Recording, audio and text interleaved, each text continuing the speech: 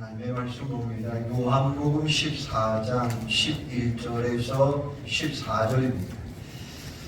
요한복음 14장 11절에서 14절 말씀.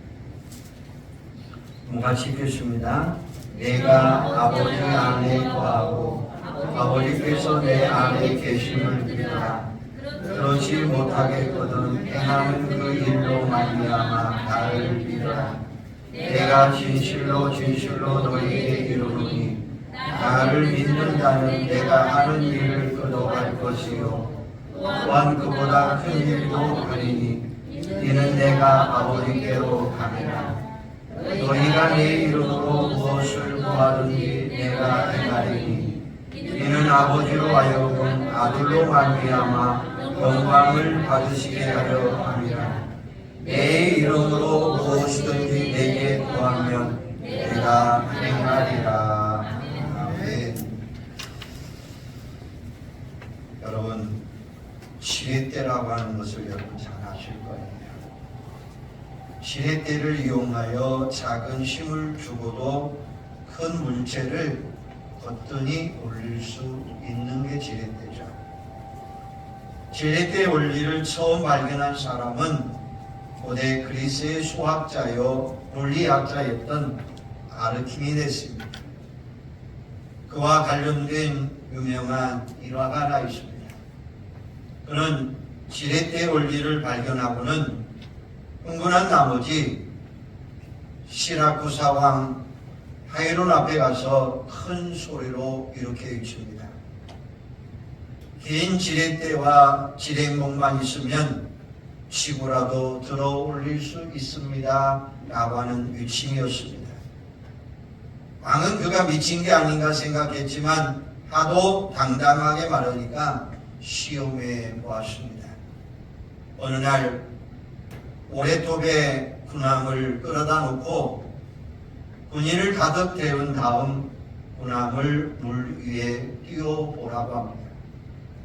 그러자 아르키메데스는 지렛대를 응용한 도르래를 사용해서 손쉽게 해결해 냈습니다.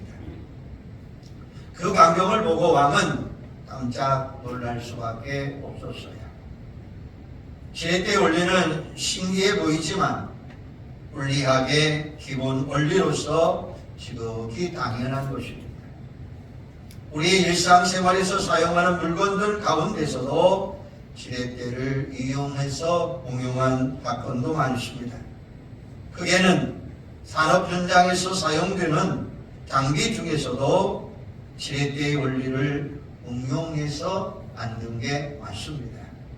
예를 들면 부둣가에서 컨테이너를 옮기는 데 사용하는 캔트리 크레인, 건축 시 사용하는 타워 크레인, 포크레인, 지게차 등 여러 가지로 그것들은 이용하고 있어요. 성경을 읽으면서 가만히 생각해 보니까 하나님께서 신앙생활하는 가운데 지렛대 원리를 알려주셨어요. 그게 뭘까요? 그는 기도입니다. 오만 세상 인생 살아가다가 누구에게나 버거울 때가 많이 있습니다. 그런데 우리에게 기도라고 하는 영적 무기를 주셔서 하나님의 능력을 힘입고 살아가도록 허락해 주셨어요. 이게 지렛대 원리와 비슷합니다. 우리가 기도하면 하나님이 그의 능력의 역사를 주시는 거죠. 본문 바로 이 원리입니다. 예수님이 직접 약속해 주신 말씀입니다. 13절 14절에 보면 너희가 내 이름으로 무엇을 구하든지 내 이름으로 무엇인지 내게 구하면 내가 행하리라 라고 말씀해요. 우리가 기도하면 하나님이 예수님이 시행해 주시겠다는 말씀입니다. 물론 기도하는 게 쉽지는 않지만 그래도 예수님이 역사해 주시는 것에 비하면 아주 작은 것입니다. 이렇게 생각해 보면 정말 지렛대의 원리와 똑같습니다. 중국 선교의 아버지라고 불리는 어디선 테일러의 이야기입니다. 그는 기도의 사람이었습니다. 그는 중국 내지 선교회를 창설했는데 획기적으로 선교의 문을 연 사람입니다. 그 당시 중국의 온 서양 선교사들은 거의 다 해안 지역에 머물러 있었어요. 내륙 깊은 곳에 열악하고 위험했기 때문이었습니다. 선교본부에서도 효율성과 안전을 이유로 해안 지역에 머물 것을 권고를 합니다. 하지만 어디선 테일러의 생각은 달랐습니다. 내륙의 복음을 듣지 못한 영혼이 많고 그것이 더 열악하니까 꼭 가야만 했습니다. 내륙의 복음을 듣지 못한 영혼이 많으니까 꼭 그곳으로 가야 된다는 거예요. 그래서 중국 내지 선교회를 창설한 것입니다. 하지만 현실은 녹록지 못했습니다. 동역할 선교사와 선교비가 많이 필요했지만 도움의 손길이 없습니다. 그는 스트레스로 신경쇠약에 걸릴 정도였습니다. 그러던 어느 날 요한복음 15장의 포도나무 가지 비유의 말씀을 듣고 묵상하게 됩니다. 포도나무신 예수님께 붙어 있으면 저절로 열매를 맺는다는 단순한 원리를 그가 깨닫게 됩니다. 말씀을 통해 예수님께 꼭 붙어 있으면서 기도하면 된다는 생각이 그의 마음을 편안하게 만들었어요. 신기하게도 그런 자세로 기도하니까 필요한 것이 하나둘 채워지기 시작하더라는 거예요. 그래서 그 선교의 원칙은 지금까지도 오직 하나님만 바라보고 기도한다는 거예요. 이것을 가르쳐서 믿음의 선교라고 합니다. 이 원칙은 기도 응답의 체험을 통해서 나온 거죠. 어디선 테일러가 남긴 금원에 그 원칙이 고스란히 담겨 있는데 어디선 테일러의 말은 우리가 일하면 우리가 일하고 우리가 기도하면 하나님이 일하신다라는 말이에요. 여러분은 어떻습니까? 세상 살면서 얼마나 힘이 듭니까? 이런저런 문제들이 민물처럼 왔다가 썰물처럼 물러가는 듯 하더니 다시금 민물처럼 몰려옵니다. 문제 하나하나 겨우 해결해놓고 숨을 돌리면 금세 또 다른 문제가 나에게 닥쳐옵니다. 너나 할 것 없이 인생 살아가는 게 다 똑같습니다. 그러다 보니까 힘에 부치고 버거울 때가 많아요. 그럴 때 여러분은 어떻게 합니까? 그냥 힘쓰고 있으면 됩니까? 모든 것은 역부족입니다. 그래서 하나님이 우리에게 기도라고 하는 영적인 무기를 준 거예요. 그런데 주위에서 보면 큰 소리 치는 사람들이 많아요. 얼마나 자신이 있어 그런지 모르지만 기도한다고 되느냐라고 빈정대는 사람들. 그들이 그러거니 말거니 기도하면 된다는 거예요. 기도하면 사람의 도움을 체험해 본 사람들은 모든 것을 다 알고 있어요. 기도를 대해서 부정하정 생각을 하면서 말을 툭툭 던져지는 사람. 어쩌면 인생의 쓴맛을 아직 보지 못해서 여의로 그런지 모릅니다만은 영적 지렛대 원리를 그들은 모른다고 하는 이야기죠. 우리는 연약합니다. 우리는 부족합니다. 하지만 우리가 기도할 때 우리의 기도를 들으시는 하나님은 위대하신 하나님이에요. 그러므로 기도를 통해서 하나님의 역사를 체험하시기를 바랍니다. 아무쪼록 말씀을 통해서 다시 한번 기도의 축복을 확인하시고 기도의 사람으로 승리하는 인생을 살아가는 여러분들이 되기를 주님의 이름으로 축원합니다. 모세와 더불어 구약의 대표적인 선지자로 꼽히는 엘리야는 정말로 많은 이적을 행했습니다. 하지만 본인의 능력 때문이 아니었습니다. 그는 단지 기도했을 뿐이고 하나님이 그의 기도를 들으시고 역사하신 거예요. 그래서 야고보는 야고보 5장 17절에 보면 엘리야는 우리와 성경이 같은 사람으로 되고 그가 비가 오지 않기를 간절히 기도한 즉 3년 6개월 동안 땅에 비가 오지 아니하고 다시 기도하니 하늘이 비를 주고 땅이 열매를 맺었느니라 라고 말씀하셔요. 엘리야도 우리가 동일한 사람입니다. 똑같은 수령입니다. 중요한 것은 단지 그는 간절히 기도했을 뿐이고 하나님이 그의 기도를 들어주셨더라라는 말씀이에요. 여러분, 이게 바로 기도의 지렛대입니다. 우리는 연약하지만, 우리는 부족하지만 우리의 기도를 들으시는 하나님은 위대하시고 강하신 분이십니다.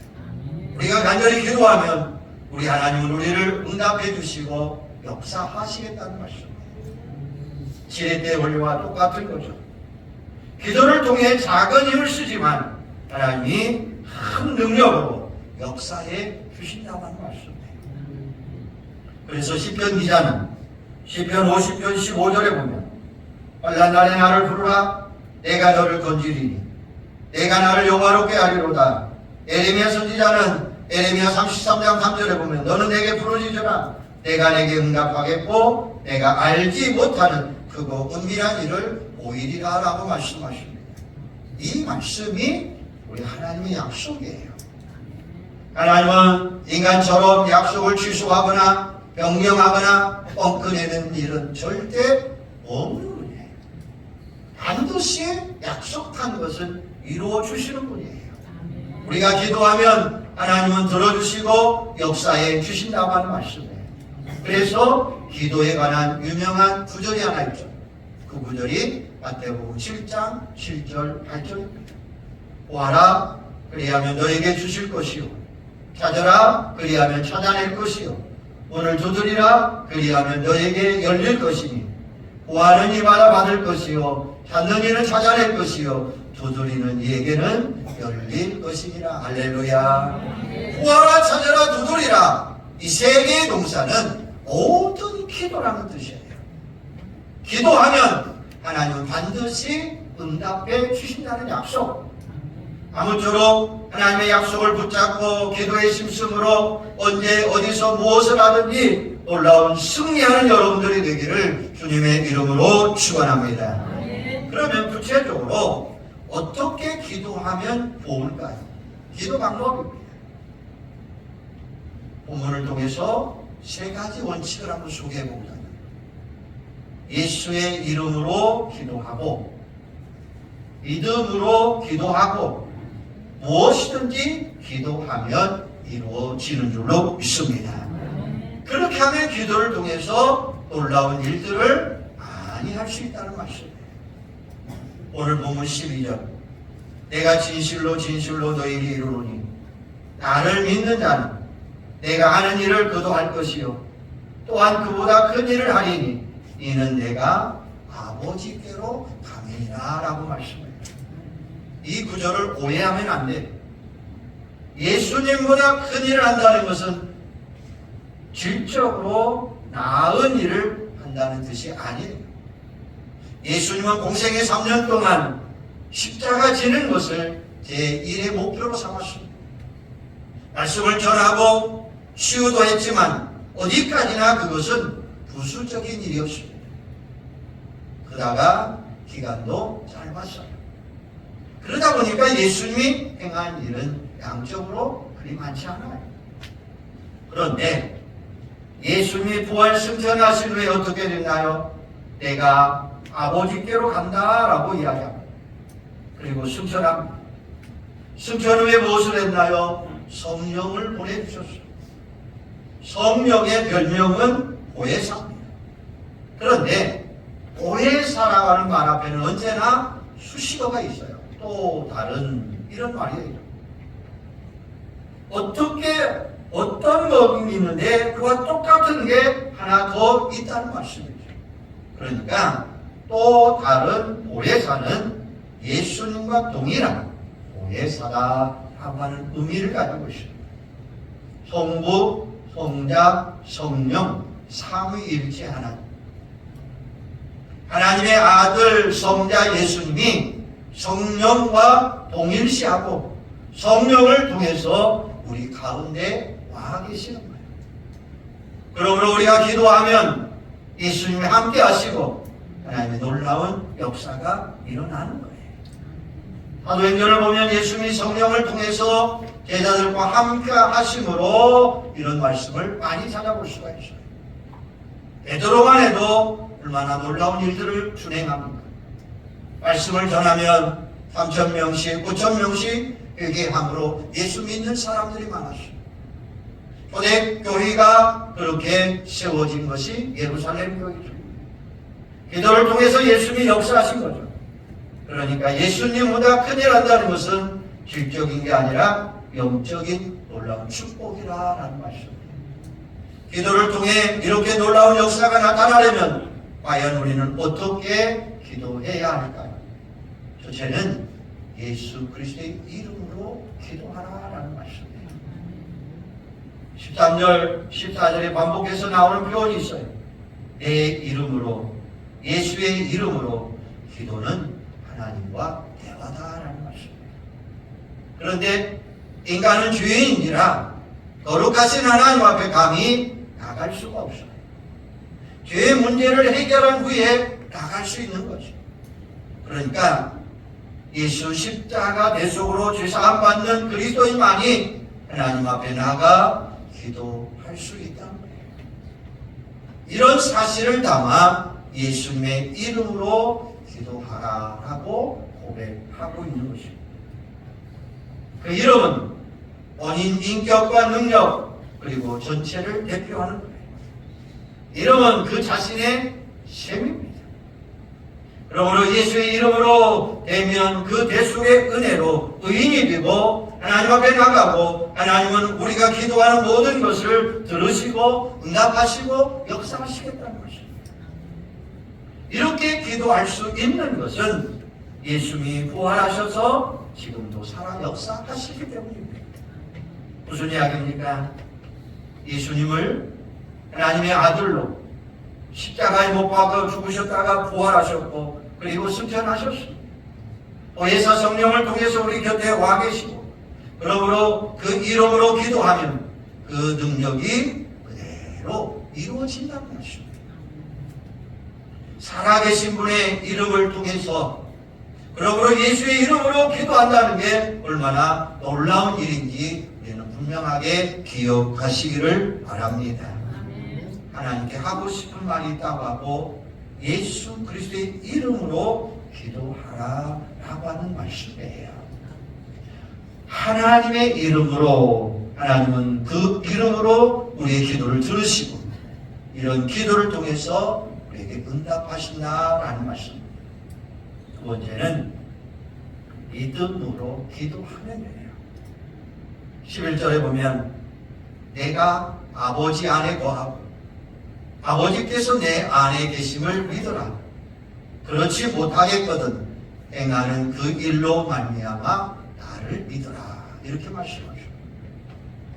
예수님이 하나님의 아들이시며 하나님 아버지와 동일하시고 함께 하신다라는 것을 믿으라는 것입니다. 그 믿음으로 기도하면 얼마든지 들어주시겠다는 것입니다. 마태복음 21장 22절을 보면 너희가 기도할 때에 무엇이든지 믿고 구하는 것은 다 받으리라 하시리라 라고 말씀했어요. 그래요. 하나님이 우리의 기도를 들어주신다는 사실을 오직 그대로 믿으면 하나님의 능력은 나타나게 된다라는 사실입니다. 그런데 때때로 우리가 기도하면서도 의심을 품을 때가 많습니다. 야고보 1장 6절에 보면 오직 믿음으로 구하고 조금 더 의심하지 말라. 의심하는 자는 마치 바람에 밀려 요동하는 바다 물결 같더니 이런 사람은 무엇이든지 주께 구하기를 생각하지 말라. 두 마음을 품어 모든 일에 정함이 없는 자로다 라고 말씀하셔요. 의심이라고 하는 말은 마음이 달라졌다라는 이야기예요. 두 마음을 품었다는 거예요. 될까? 안 될까? 생각이 오락가락하는 거예요. 신앙생활 오래 한 사람이 기도 잘한 것 같은데 그럴 수도 있지만 안 그럴 수도 있습니다. 소신자가 기도를 잘못한 것 같은데 반대로 잘할 수도 있습니다. 중요한 것은 믿음이라는 것입니다. 기도 잘한다고 하는 것은 말이 유창한다 이게 아니죠. 순진한 마음으로 기도하는 거예요. 그러면 하나님이 기뻐하시고 우리의 기도를 들어주시겠다는 말씀입니다. 그래서 초신자의 기도가 잘 응답되는 경우도 종종 있습니다. 처음 신앙생활하면서 의심하지 아니하고 고지것대로 믿는 분들이 있는데 그런 경우입니다. 어린 아이 같은 믿음, 하나님은 그 믿음을 기뻐하시겠다라고 말씀을 하고 계십니다. 미국의 TV 설교자 조이스 마이어의 목사님의 이야기입니다. 중선자가 아장아장 걷는 아이가 있는데 그에게 이런 일이 있었습니다. 그의 엄마가 허리 통증으로 너무 아파서 침대에 누워 울고 있을 때 가까이 가더니 엄마에게 손을 대고 이렇게 소리쳤어요. 어린 아이의 기도는 너무나 쉬운 기도였습니다. 한번 따라서 해주시죠. 예수님, 엄마, 아야, 아멘. 무슨 이야기입니까? 예수님, 우리 엄마가 아파요. 아멘. 이 기도였어요. 얼마나 간단한 기도입니까? 그런데 신기하게도 그 어머니의 허리 통증이 사라진 줄로 믿습니다. 조이스 마이어 목사님은 이렇게 얘기한답니다. 여러분, 기도할 때 우리가 고상한 채, 잘난 채 하면 안 됩니다. 우리는 하나님 앞에 어린 아이일 뿐입니다. 라고 이야기해요. 저와 여러분도 어린 아이 같은 순전한 믿음으로 기도함으로 하나님의 응답을 체험하는 여러분들 되기를 바랍니다. 세 번째는 무엇이든지 기도하라라고 해요. 오늘 본문 13절, 14절 무엇을 구하든지 무엇이든지 내게 구하면이라는 말씀이에요. 기도할 때는 무엇이든 구할 수 있습니다. 그런데 종종 이런 경우가 있습니다. 내 편에서 기도 제목을 가려냅니다. 이건 될 것 같고 이건 안 될 것 같고 문제가 너무 크면 미리 낙심한 나머지 기도하지 못하고 문제가 작다고 생각하면 굳이 기도하지 않아도 될 것 같다. 그래서 기도하지 않습니다. 이건 아닙니다. 아무리 작은 문제라도 하나님을 나를 사랑하시게 하나님은 관심을 두신다는 이야기예요. 아무리 큰 문제라도 하나님의 능력은 무한하고 방대하기 때문에 능히 해결해 주신다는 것입니다.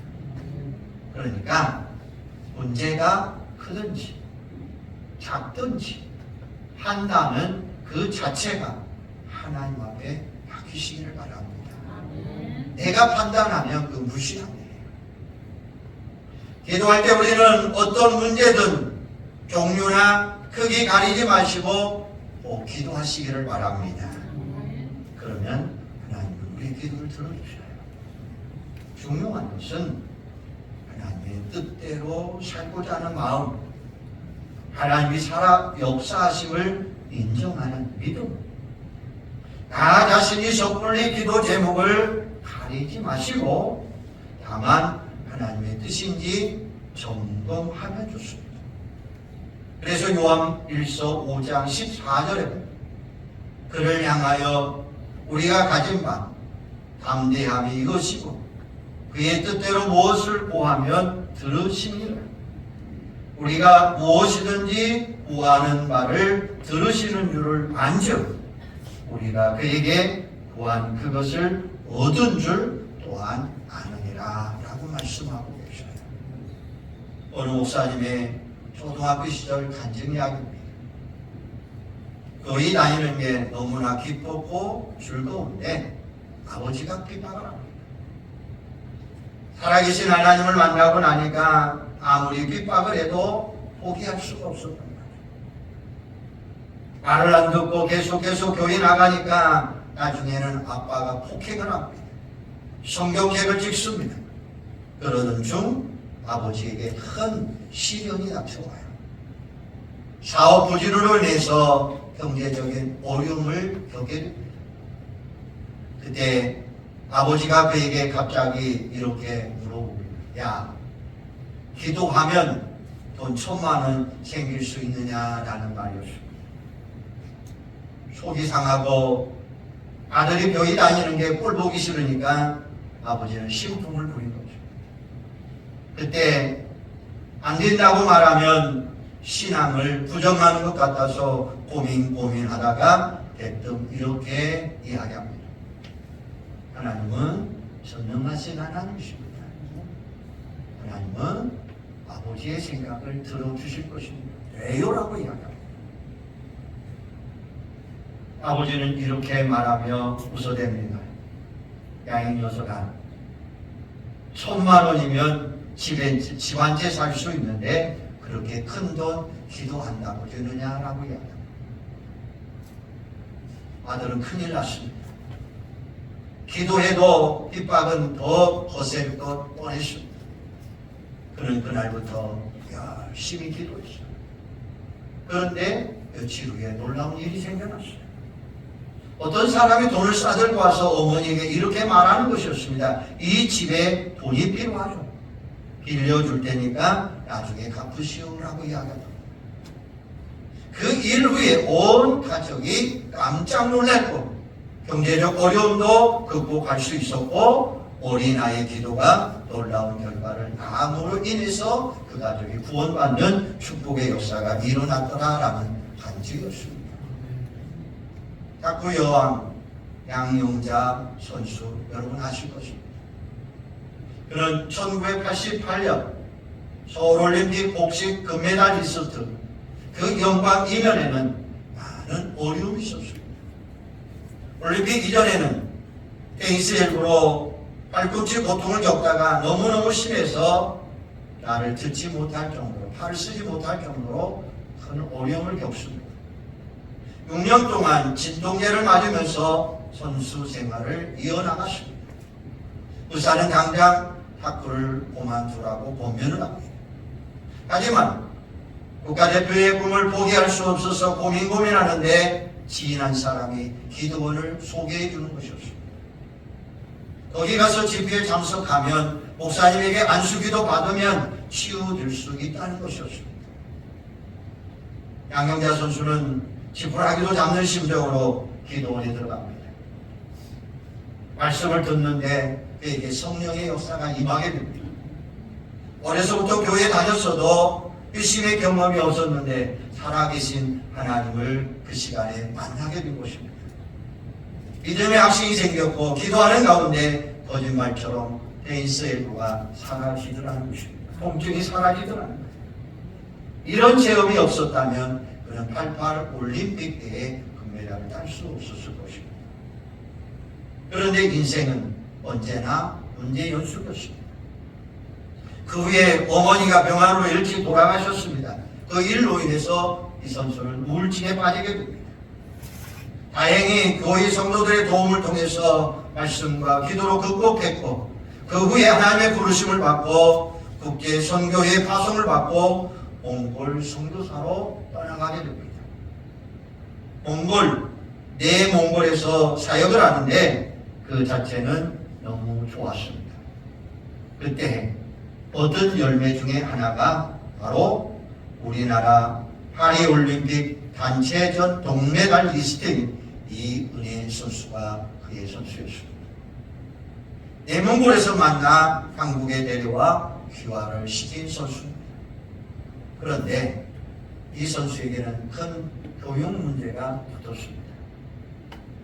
오지에 있다 보니까 현지 학교도 마땅치 않고 큰 도시에 있는 국제학교는 너무 어린 자녀라 보낼 수도 없고 비용도 만만치 않은데 그는 고민에 빠졌습니다. 암담한 상황에서 그는 기도할 뿐이었습니다.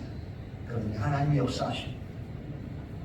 두 딸이 연년생임으로 인해서 유치원 시기에는 유치원 교사, 봉사자들이 와서 그를 도와주었고, 초등학교 시절에는 학업 분량도 많아져서 고민이었는데 기도 편지에 이런 사연을 보내게 됩니다. 국제 선교이라 여러 나라에서 기도 편지를 보내는데 영국의 현직 초등학교 교사 둘이 사표를 내고 와서 3년 동안 그 아이들의 초등학교 교육을 다 마칠 수 있도록 도와주는 일이 생겼다는 거예요. 그 후에 대전 국제학교의 문을 두드렸는데 입학 허가를 받게 됩니다. 문제는 또 학비였습니다.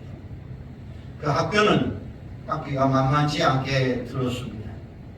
그런데 모든 과정을 마치고 그 후에 대학을 졸업하고 결혼해서 신앙생활 잘하는 그런 모습으로 변화됐다. 그러면서 교장 선생님이 하는 말이었습니다. 당신은 선교사이기 때문에 내일만큼만 내고 학교 다니십시오라고 이야기하더랍니다. 그는 이제 한국에 와서 양형자 탁구 선교회를 설립하고 국내의 선교에 힘쓰는 인생이 됐어요. 바로 이 선수는 기도에 승리하는 선교사가 된 줄로 믿습니다. 이 간증을 들으면 기도가 얼마나 대단한 일인가 깨달을 수가 있어요. 문제는 실천이라는 것이에요. 오늘 말씀을 통해서 다시 한번 기도의 유력을 확인하시고 우리 모두 기도의 사람들이 되시기를 바랍니다. 기도는 하나님의 지혜입니다. 기도가 쉽지 않는 것이지만 그래도 우리가 얼마든지 할 수 있는 게 기도라고 하는 것입니다. 아무쪼록 기도의 지혜대로 인생의 모든 문제가 닥쳐올 때마다 여러분 승리하시고 승리함으로 인해서 기도의 사람들로 살아가는 여러분들이 되기를 주님의 이름으로 축원합니다. 기도하겠습니다. 하나님 은혜와 사랑을 감사합니다. 오늘 우리 주님은 우리에게 말씀하고 있습니다. 아버지 하나님, 너희는 기도할 때에 예수 그리스도의 이름으로 기도하라 말씀하고 있습니다. 하나님께 우리는 예수 그리스도의 이름으로 기도할 때에 하나님 우리의 기도를 들으시고 응답해 주시고 확신해 주실 줄로 믿습니다. 믿음으로 기도하라 라고 이야기하고 있습니다. 아버지 하나님, 어린아이가 엄마의 허리에 손을 얹고 예수님 엄마가 아야예요. 그리고 예수의 이름으로 기도할 때에 우리 엄마 통증이 사라진 것처럼 오늘 우리도 어린아이 같은 순전한 믿음으로 기도함으로 응답받는 자들 되게 하여 주시옵소서. 무엇이든지 기도하면 이루어지는 줄로 믿습니다. 아버지 하나님, 오늘 초등학교 어린아이처럼 양형자 선수처럼 정말 우리가 믿음으로 기도할 때 우리의 놀라운 응답의 역사가 일어나게 될 줄로 믿습니다. 아버지 하나님, 우리 온 성도들이 기도의 지렛대, 하나님의 지렛대를 이용하여서 응답받는 귀한 자들 다 되도록 성령님 주관하여 주시옵소서. 아버지 하나님, 기도하면 우리 인생의 모든 문제가 해결될 줄로 믿습니다. 기도하면 승리할 줄로 믿습니다. 기도하면 하나님은 모든 것을 이루어 주시는 줄로 믿습니다. 하나님의 기도의 지렛대를 가지고 우리 온 성도들이 기도의 사람들로 살아가게 하여 주시옵소서. 예수님의 이름으로 기도하옵나이다. 아멘.